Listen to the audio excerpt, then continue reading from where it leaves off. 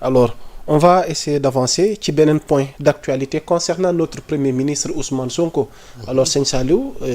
ñu bëggoon rek benn briefing rek nga dikkaat en détail ci passage gi mu def à l'Assemblée nationale ak réponse yi nga xamante ni moom la indi par rapport ak député yi nga xamante ni keroog defe naa assemblée yëngu na lool surtout Thierno Alassane Sall ak ku ci mel ni Abdou Karim Sall.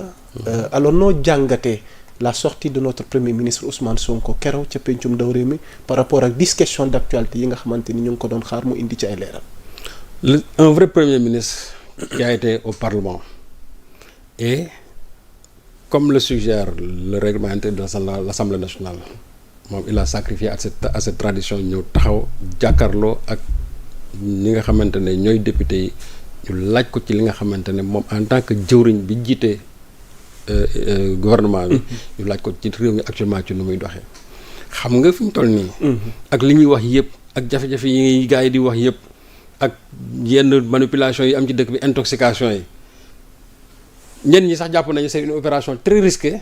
ñoom ñu yow taxaw di wax mais xam nga bu fekkee da nga nekk ak dëgg yaa Moussa waroo ragal toujours taxaw jàkkaarloo ay nit ñu lay laaj te ñoom ils ont la vérité avec eux Ousmane Sonko ba mu ñëwee taxaw à l'Assemblée nationale wax na leen ko sax mun leen pratiquement boo gisee intervention yi nga xam ñoo fa jot a am remettre ñu en cause quasiment ñoom seen politique remettre ñu en cause le projet là bi nga xam moom la ñuy dérouler parce que au départ qu'est-ce que les gens disaient y a pas de projet ñu ñëw ñu ne indi projet après qu'est-ce qu'ils ont dit way PSE ba càgg ñu génnaat nañ ci loolu lu ñuy wax IGF ñu ne IGF n'est pas habilité à parler au nom de la Cour des comptes on a la Cour des comptes di génn rapport ñenn ñi ba léegi ils campent dans leur position pour dire que en réalité c'est sur commande donc finalement ça veut dire que c'est des gens de mauvaise foi Ousmane bu mu ñëwee taxaw Assemblée nationale am na ñoo xam dañoo daw y a eu des absences. oui des absences très remarquées ñoo xam dañoo daw parce que lu mel noonu moi pour man jàpp naa ne occasion la nga taxaw premier ministre bi ngeen dagg santé mais bien sûr ci njariñu réew mi mais ñenn ñi ils ont préféré quand même lu jiitu loolu coow li bëri woon. waaw occasion am parce que am na ñoo xam ñoom médias yi rek la ñuy dem taxaw di wax médias yi ñooy seen parlement ñoom médias yi mooy seen assemblée nationale bu ñu nee ci médias yi taxaw wala seen page Facebook mooy nekk seen parlement mais fa nga xam ne moom la ñuy wax hémicycle nga ñëw jug jàkkaarloo ilimaanu jëwriñ yi waroon nañ ko ñemee pour ñëw taxaw jàkkaarloo ak moom ka njëkk a yëkkati kàddu gi de am sañ-sañ wax muy Abdou Karim ci moom xam nga man li ma gën a métti mooy koo xam ni tu as été responsable au plus haut point mooy dans un gouvernement nga xam république ni muy doxee tu te permets de faire des affirmations gratuites en parlant de la mort de 6 de nos soldats d'abord loolu moom c'est même s'appelle le moral des troupes de l'armée et loolu c'est réprimé par le code pénal en fait que moom tey man yaa Moussa mënoon man Serigne Saliou maa waxoon loolu actuellement maa ngi ci kaso bi parce que loolu code pénal dafa ci daan parce que tu sapes le moral des troupes et puis c'est une diffusion de fausses nouvelles tu ne peux pas dire que aujourd'hui il y a 6 de nos soldats qui sont tombés alors qu'il n'en est absolument rien. C'est grave. loolu yow dégg ko sax ci même presse yi nga xam sax tey dañoo bañ. les nouvelles autorités sax ñoom sax waxuñu ko. déedéet.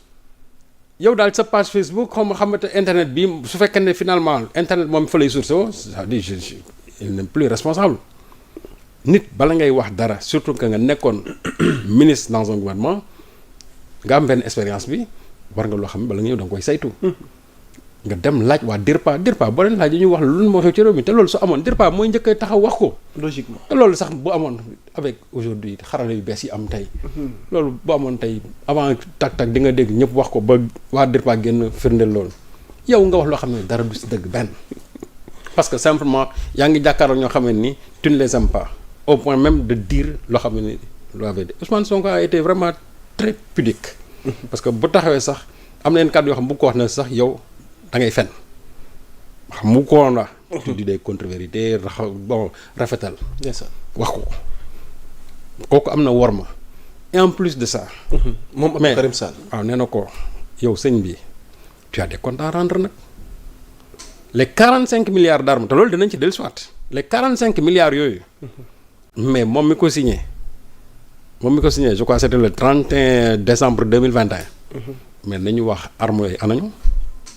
mat na laaj de armes yooyu yaa Moussa jusqu'à aujourd'hui nañu wax ndax armes yi ñëw na wala ñëwut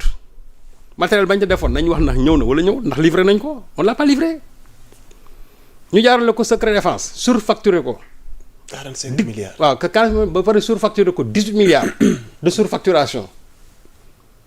ba am benn réseau de journalistes investigateurs boo xam ñoom ñoo génnee cette surfacturation là. À l'époque Moussa Bocar Thiam mi taxaw fii di rëy làmmiñ qui se prend pour l'avocat du diable de Farba Ngom. ba moom à l'époque il avait même menacé les journalistes yi ne képp ku ci wax ku ci bind ci contrat bi nañ la jàpp eggoon na foofu ak journalistes yi man à l'époque ba mu ci waxee dama xëy ma bind ci waaw yeneen journalistes yi ñi nga xam amoon nañ fit ba ñu xëyee dañ ciy bind ba pare dénoncé ko avec des preuves à l'appui xaalis boobu mes armes yi mes li ma ci wóor nag tama xam ko ne moom ñëw na mu jaar beneen circuit mooy moom fusil yi moom les comment dirais-je les pistolets automatiques là ak fusil de chasse yi ak munitions yi moom munitions yi moom plus de 40 000 tonnes de munitions loolu moom ñëw na te loolu nag mooy munitions ya nga xamante ne moom la présidence déchargé woon aéroport kooku c'était le 22 septembre 2002 loolu moom ñëw na nuitamment. loola septembre 2022. loolu on a déchargé. des armes et des munitions presque de 40 000 tonnes déchargé nañ ko fii ci réew mi fii nuitamment. parce que sëñ Sall ay jamono armes yi bëri na lu doon circuler ci réew mi. moom la la c'est que armes yooyu nag armes yooyu. waaw demul ci armée bi parce que guddi lañ ko déchargé. fañ ña ko oto yi sept camions yi ya ko déchargé woon xam nañ leen. fañ ko yóbboon xam nañ leen te commande bi dañuy waxoon commande président commande palais la le palais n'est pas habilité à commander des armes mais ci këyit yi. ci këyit yi loolu moo si nekk. et la coïncidence c'est que. li nekkoon ci facture yi nga xamante ne moom la Abdou Karim Sall signé woon ci armes yooyu ak ci munitions yooyu c'est la même usine moo ko defar. la même usine mooy mën na la moo defar armes yooyu ak munitions yooyu nga xam moo nekkoon ci facture boobu te boo gisee armes yi ñu déchargé woon au nom de la présidence de la République c'est-à-dire c'est les mêmes munitions c'est les mêmes armes donc pour man jàpp naa ne la ñu bindoon foofu ci ñoom Abdou Karim Sall ne dañ koy commander une partie c'était destiné tout simplement au palais de la République la ca des nag lu ñuy wax naan équipement yeeg ay gilet pare-balles ak yooyu moom xam naa ne mooy xaalis bu ñu jël ñu lekk ko mais armes yi moom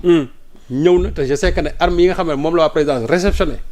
armes yooyu nag moo doon circuler fii nervi yi di mater la résistance te moom loxoom setu ci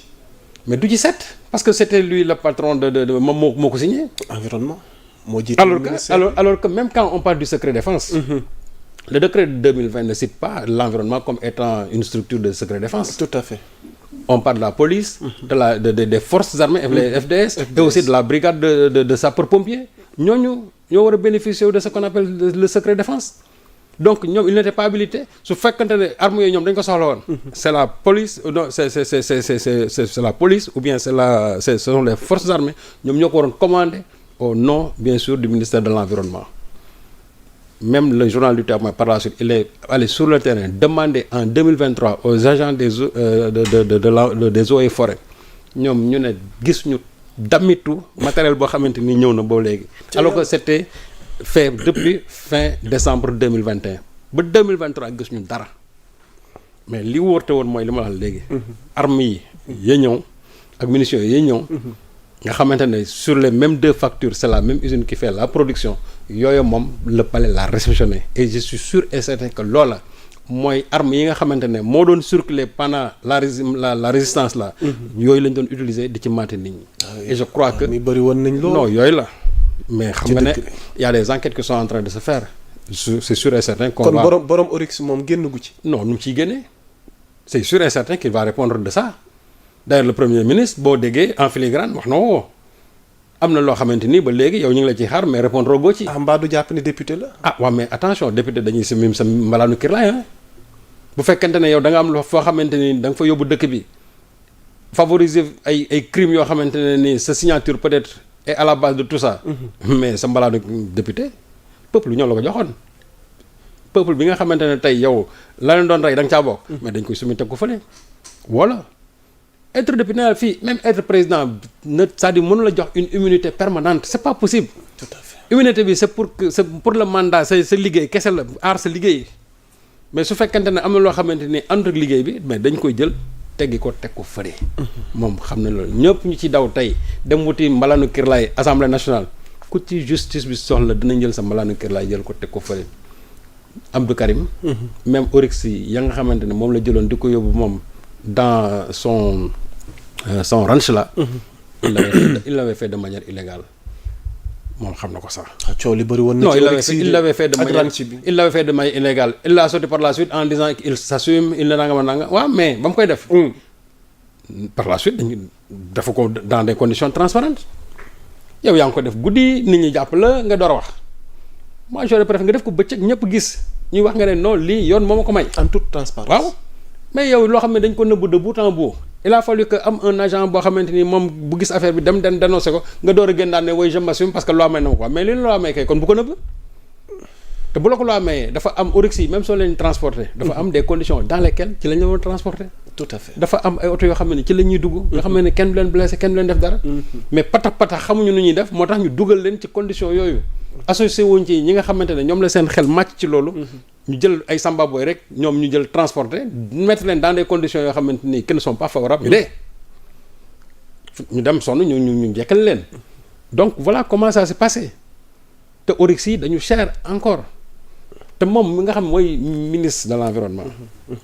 am loo xam yaa Moussa boo ko jiitee yow waroo sédd sa bopp mi ngi mel ni ñu jox la benn fonds boo xam ne c'est pour nga ci def ay prêt di ci dimbali nga ne bala maa lebal kenn lebal sama bopp ba pare alors que yow yaa war a yow yaa war di lebal nit ñi yow nga nekk jëwriñ nga xam ne loolu tey bu nit ñi doon def ay demande yow yaa war ko valider yow nga bàyyi loolu yow nga jox sa bopp yow en tant que ministre nga jox sa bopp. moo waay xam nga loolu moo xew ci dëkk bi loolu moo xew yaa Moussa ci dëkk bi et dans fépp nag même dans le foncier ça a toujours été comme ça. non dinañ ci ñëw ci biir waxtaan bi. non dans le foncier ça a toujours été comme ça. am na ay exclusivité yu ñuy xaar ci foncier bi. internet yu ñu suivre. donc kon Abdou Karim Sall daal na waajal boppam te xam ne à tout moment. mais doit répondre. yaa Moussa waaw. gis nga le régime de Macky Sall. amul kenn koo xam ni tey peut-être ay 2 ou 3 koo xam ne waroo taxaw devant la justice fii nga wax ñoom ñëpp tous ils sont mêlés. njombe bu am ci dëkk bi ñoom la njombe bu am ci dëkk bi ñoom la ñoom ñëpp nag laa la wax ñi fi am ay responsabilités yëpp ñoom ñëpp ci njombe yi dañ cee tax c'est important léegi nag seen kilifa nag mooy Macky Sall donc nag fi nekk mënoo jàpp taalibe yi ba pare bàyyi sëriñ bi moo jiite lépp c'est important voilà alors kilifa gi on va essayer d'avancer ci actualité bi parce que tamit le parquet judiciaire financier ñu ngi wéyale seen liggéey ba tey. sëñ Saliou semaine bi doomi Macky Sall Amadou Sall. ñu tudd ko ci luubal goo xamante nag àgg na ci